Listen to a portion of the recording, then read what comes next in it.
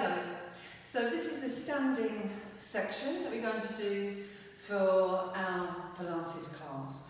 The first thing that I would ask you to focus on is your alignment. If you've got access to a full-length mirror, it's worth having a look sideways on when you're at home and just looking at the alignment of the pelvis, lengthening through the spine, driving the shoulders down the back and growing through the top of the head.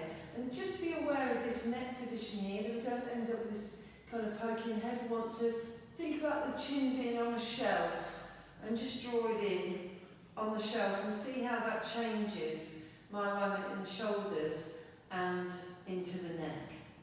So feet just in line with your hip bones, knees just soft and off the lot, we don't want them bent. We're just going to gently tip the pelvis backwards and forwards and think about the pubic bone and the tailbone directly down to the floor. And place your hands onto your ribcage. And if you don't do anything else while you're at home, keep coming back to this breathing. So as we breathe in, we feel the ribs going out to the sides. And what we're trying to achieve is the fingertips to gently leave each other. But we're doing that while we're maintaining everything else with the shoulders down the back. The insteps just lifted away from the mat a little bit and the toes relaxed. That will help to engage up through your centre. So this breathing is going to be the source of the exercise that you're going to be doing. So that's going to regulate the speed. So we'll relax your arms down both sides and let's just keep the shoulders where they are. And we're going to float one arm at a time. So again, if you've got a mirror, then you can check yourself in the mirror and check that we keep this distance between shoulder and ear. We keep the shoulder blades in position. Remember, the work is not in the arm going up. The work is in the shoulder blades staying in position. The work is in the top of the head, pushing up to the ceiling and making us work against gravity. Both arms at the same time, shoulders down the back, spine nice and long, working with our breath. It doesn't matter if it's a breath in or it's a breath out. Just leave your arms down both sides and just sway through the ankles. Take the weight a little bit through the balls of the feet and then through the heels of the feet. So I'll show you sideways on. So through the balls of the feet, everything else stays in that nice alignment. Think about the chin at this point. This is probably the point you're going to start to think about poking the chin forward. So think about growing rather than going forward and back. And as we come forward, then we'll allow the arms to float up, but we keep the shoulders down. Remember, whenever you're balancing, your core has to engage. So your job is to get it to engage when you're in your best possible alignment. And as you come up, check that you're not rolling out over the little toe or over the big toe, yeah? That we keep that weight central through the ball of the foot. And if you want an extra challenge in any of these exercises, then we'll try eyes closed. I know you're going to test me now.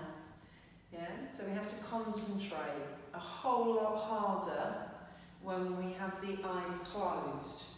So we'll do that one more time. And these are the sort of exercises you can do around the house. You haven't got to wait for me to be on the video to do it. All this standing section, you can keep picking up at different points during the day. So we're going to come back to a balance, and again we're still thinking about that lengthening. And we're going to float opposite arm to leg. Now if you've got a mirror, you can work. You're going to think about the shoulders and the pelvis level.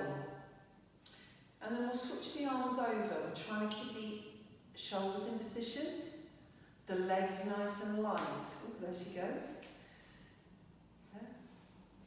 Working with your breath. Your inclination is going to be that you speed up, particularly without me there to be rolling my eyes at you. So think about growing really tall, working with your breath, core drawn up. And again, all the same rules apply. So, if you're feeling like you're fairly stable doing that, you're not sure what's going on, Then pick a point out in the distance to focus on and close your eyes and do it. And all of a sudden, stabilises in the ankles and the feet, all around the hips, shoulder girdle, all having to work. Breathing into the rib cage. So even if you need to just put the very tip of the toe down onto the floor, you are going to get that work through that balance.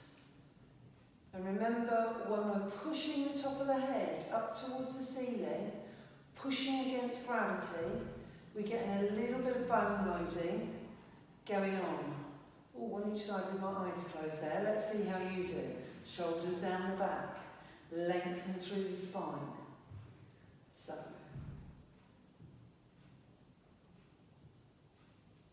Ribs should be going out to the sides, core drawn up. Sometimes just drawing your tummy back in towards you slightly. I'll encourage it. Remember, the pelvic girdle works like a cube. So when we draw up one side, the other sides all draw in a little bit.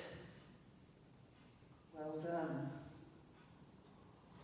Good, so we're going to come into our monkey squat. So, arms down beside you. I like us to imagine we've got that Pilates ring behind us. I'll show you sideways on. You might like to stay facing the camera. So, hinge at the hip. Look at my position in here. Look how my chin stays tucked in. Shoulder blades stay down the back. Then I bend the knees. Nothing else is changing, not dipping any further forward. When I take my arms ahead, nothing changes. And for me, when I take the arms ahead, that's when I really feel these abdominals engage, and then I'll lengthen up. So, word sparing point, I'd like you to keep the chin tucked in, but what you can do is just take eyes down and just have a look at where those knees have landed. Yeah, drag them between that second and third toe. And they're not doing anything funny. Sometimes one will work independently to the other. You know, not just rolling in a little bit or rolling out a little bit. Yeah, that's going to be to do a lot with where you've got your weight over your feet. Yeah.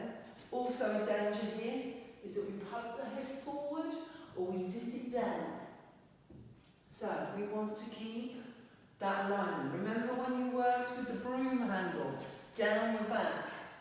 Yeah, broom handle down the back, shoulder blades engaged, core drawn up. Arms are really light. We're working with our breath. So, again, you might like to try with your eyes closed.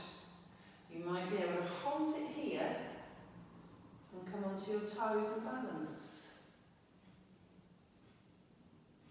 Heels will go down and then lengthen up. These functional type of exercises, I suspect, if we're stuck at home, going to be sitting down a whole lot more. So I wanted to do quite a nice standing section for you. Get you on your feet. Remind these stabilisers what we want them to do. Yeah, and this action of coming up works us in these glutes that I talk about quite a lot. So we get the hinge from the hips, we bend the knees. So this is all stabilising. But when I come up, if this stays the same, it's the glutes that pull us back into position. It all goes wrong if we collapse in the middle, and then as we come up, it's the back that's doing the work and the glutes stay soft. Yeah? So keep the spine nice and long. You can do it with your eyes closed. We can come onto our toes and balance, and then return down and come back up. One more time. Here we go. Hinge at the hip. Bend your knees, shoulder blades engaged, onto your toes and balance,